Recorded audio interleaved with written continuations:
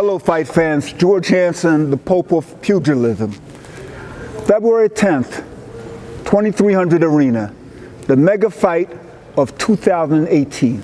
Former WBO junior welterweight champ, DeMarcus Chop Chop Corley versus UBF lightweight champ, Hammer and Hank Lundy. You haven't been hit till you've been hit by the hammer. But before we get to February 10th, we're here face to face. Welcome, gentlemen. We can shake hands, gentlemen. Now, many people have been wondering, there's been a lot of animus between you two gentlemen over the past 3 years on social media. Help me to understand what caused it. Oh, you know, man, me being young, you know, willing to fight anybody in this sport.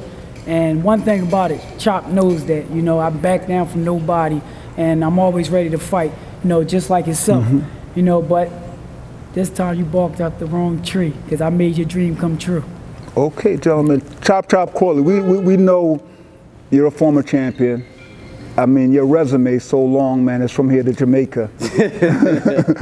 Why this fight with the hammer and what caused all the animus? You guys have been going back and forth in social media for 3 years. What caused it? Like Hank said, he been want to fight a lot of people. He said he stay ready, he can't get a fight. Right. I fought my whole career at 140 pounds. Okay. And I fought the best at 140. I'm a better, stronger fighter at 135 pounds. Okay. So I made myself come down to a lighter weight class. And I started beating guys at that weight class. And I said, well, if I can't get a fight at 140, I can get a fight at 130, but I'm too dangerous. And he kept saying, don't nobody want to fight him, don't nobody want to fight him. And I've been trying to get a fight at 135, but the promoters and managers don't want their fighter to fight me. Why? Because it's a risk. They rather cross the street with a street light at instead of going across the highway where I'm at. Okay. It's safer for them to go at the light. So Hank said, nobody want to fight him, nobody want to fight him. So I hit him about a year and a half ago, 2 years ago. I said, I'll fight you. Okay. He said, let's go, let's make it happen. I said, get your people. I don't have a promoter, I don't have a manager. I'm self-promoted by myself. Let's make it happen. Okay. It didn't happen last year, it didn't happen the year before, but we always knew eventually it's gonna happen if I stay in the game long enough before I retire. Man, 8 rounds. Why 8? Why not 10? I wanted 10 or 12, you know, the promotion, I guess that's what they came up with, but I was ready for 10, I was ready for 12, I'm ready for 15. You ready for 15? You know, I'm an old throwback fighter, you know what I mean? That's what Philly breed, throwbacks. Well, we look at this fight, man. I've been asked so many questions, right? Some people say, why would Hank take this fight? It's a dangerous fight for him because he's ranked in the lightweight division. Chop Chop Corley is so dangerous. What are your thoughts? For Hank taking this fight, it's not a dangerous fight for him. If he didn't take the fight, then everyone would say he's afraid. I don't think Hank is afraid of no one. Okay. It was a great opportunity that he said, look, the fight was offered to me, let's make it happen. Okay. Somebody's gonna win, somebody's gonna lose. At the end of the day, it's business.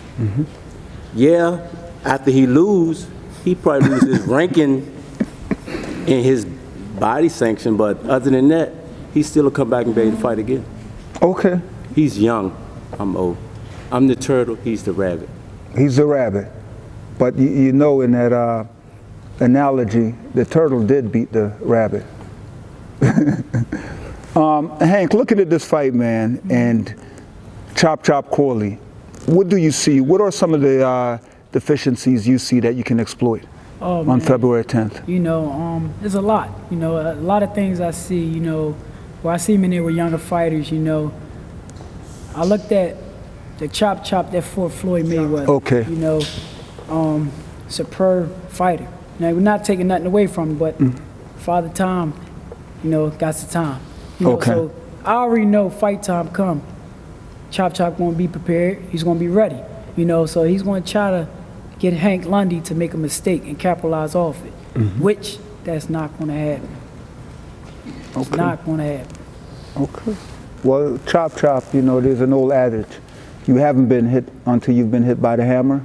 I know you've been hit by Mayweather, He came Maidana, and a bunch of other people. But what are some of the deficiencies you see in Hank, or some of the things you see that you can exploit?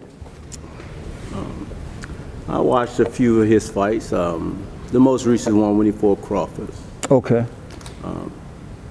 Pressure, taking it up to another level. Hank is a Philly fighter. Most Philly fighters and DC fighters, they like to show off and showboat, which both of us like to do. So it's going to come a point where we're going to have to put that aside and fight. And whichever one decide to showboat and bullshit, that's the one that's going to get knocked out. I know your management team mentioned the Crawford fight and said you guys saw something in that fight. What did you see? Hank can't get out the way of a left hand. Okay. Hank, I know you've watched Chop Chop against Mayweather, Maidana, a whole bunch of other guys that's all on YouTube. What are some of the things you see you can exploit in his style? Can't get away from a right hand. Oh man, one guy can't get away from a left hand, one guy can't get away from a right hand. Right. Expand on that. Stays on the line. Stays on the You know, line. See, we already know Chop not gonna do too much movement. Okay. Legs ain't there. Go to the body. You're gonna have trouble. Okay. There's not gonna be a lot of movement for him. He might try to move the upper body, but at the end of the day, the body shot's gonna add up. And them legs gonna tell the truth, and they gonna do a dance. Like you said, you like James Brown. They gonna do a dance. Okay. Chop, you've watched The Hammer. We talk about the Crawford fight and other fights. What other fights have you watched, and what have you learned from watching those fights? I went back to the old David Diaz fight. Oh, the Diaz fight, man. That was a good, rugged fight. And Hank tests Diaz, and Diaz tests him. The experience that Hank brought to the table, and the will that he wanted to win. Okay. So we have to test Hank's will and see if it's going to be there again. What do you say to what some have said? You're an old man. Hank's going to put you in the old folks' home. Give him a rocking chair. He's going to retire, Chop Chop. Send him back to D.C. Chop loved to fight. I go any and everywhere just to fight. I got into boxing just to win trophies. Okay. This is a sport that I love to do, one-on-one, fight. At the end of the day, you can't make no excuses when you win, when you lose. Look, you won, okay, you was the better man that night. But come February 10th, there's only gonna be one better man that night. It's gonna be either Hank or me.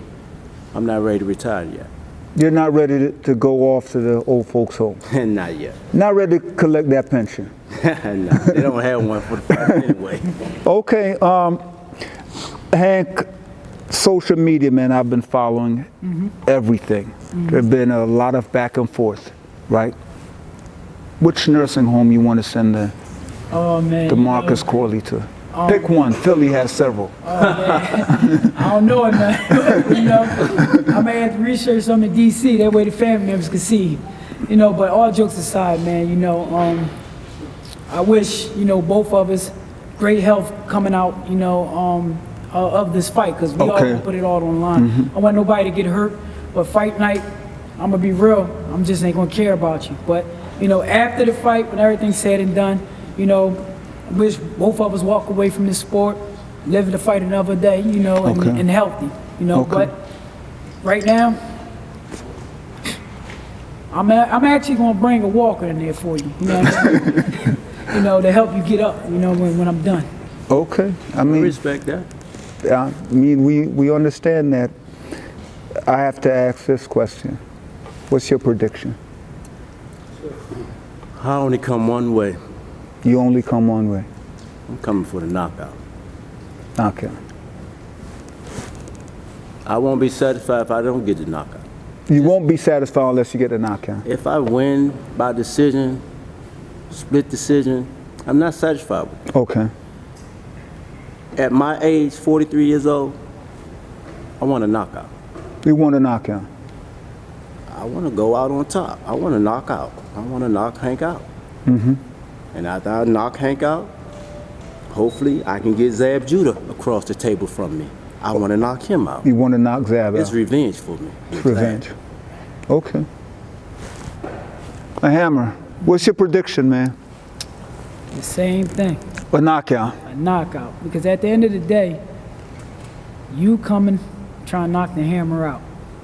We're going to love to see you do that. Try. But when you try that, you're going to put yourself in harm's way. And they don't call me the Hammer for no reason. Just like they call you the Hatchet, but the Hammer got a little bit more power to it. And once you've been hit by the Hammer, you're going to realize why they call me the Hammer. Well, we look at it. Both guys are predicted a knockout. That's good. It's going to be a terrific fight. Let me ask about your training camp. I've been watching some of your training, been watching yours. What are some of the things you're doing, and who are some of the fighters you're sparring with in preparation for this fight?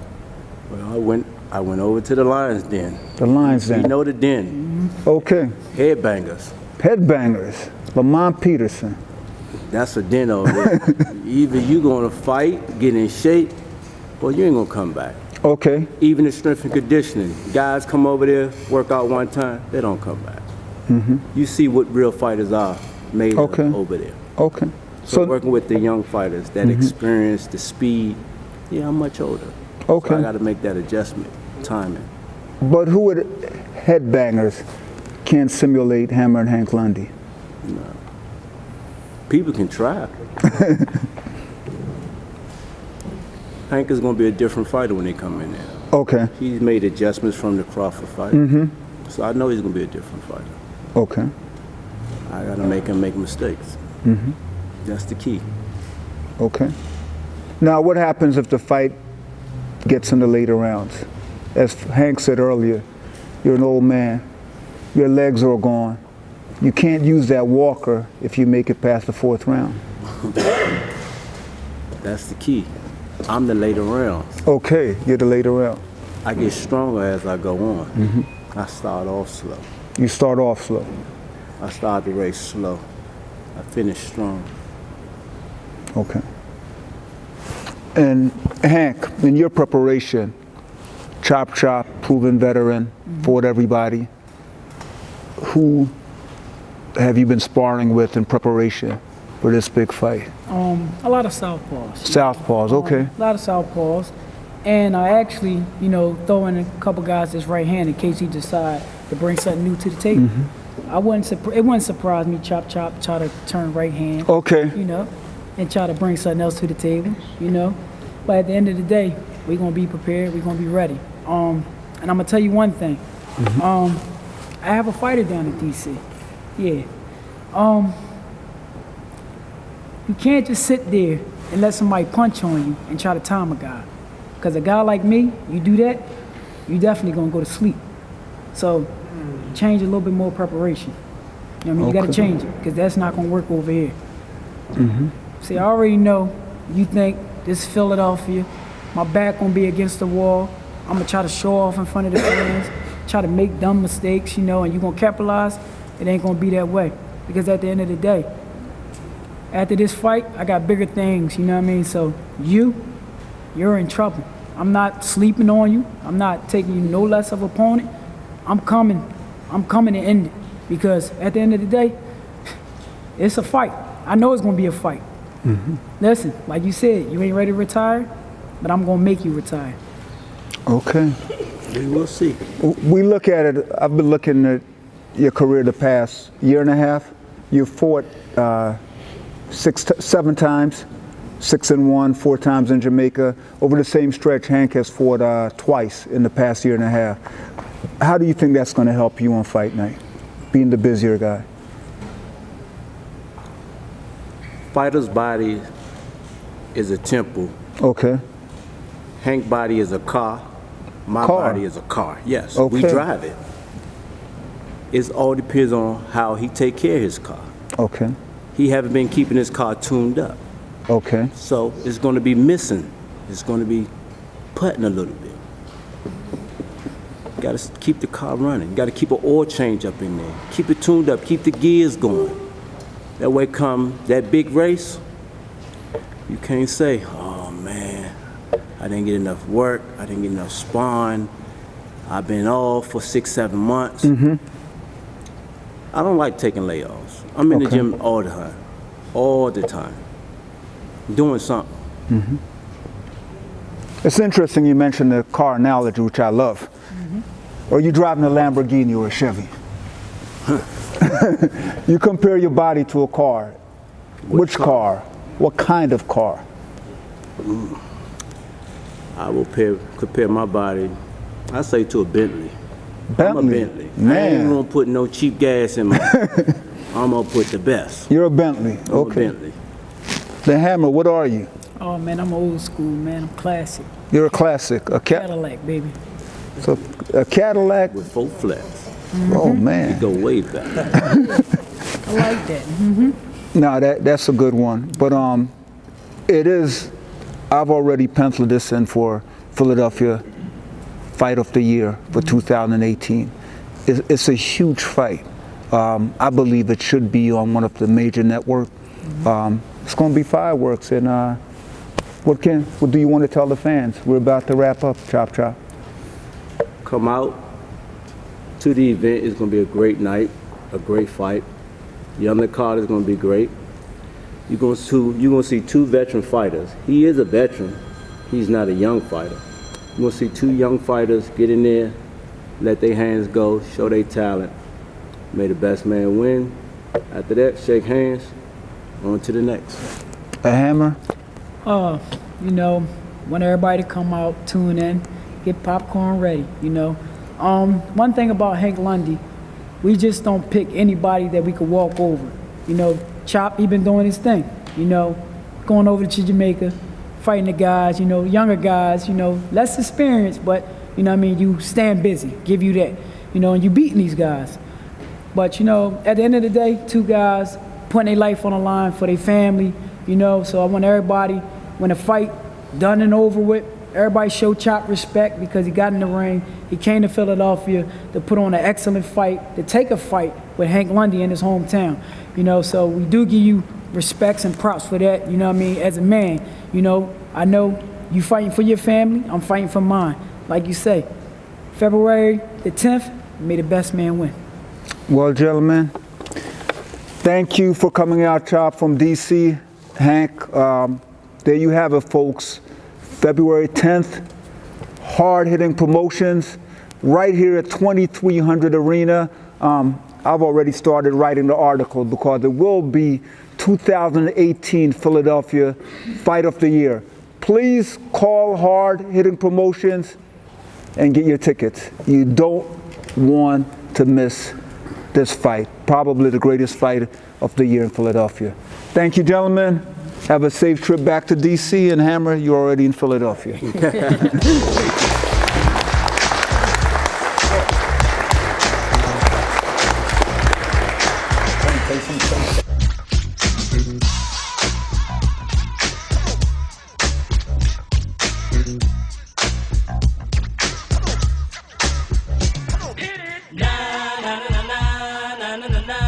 na na na na na na na na na.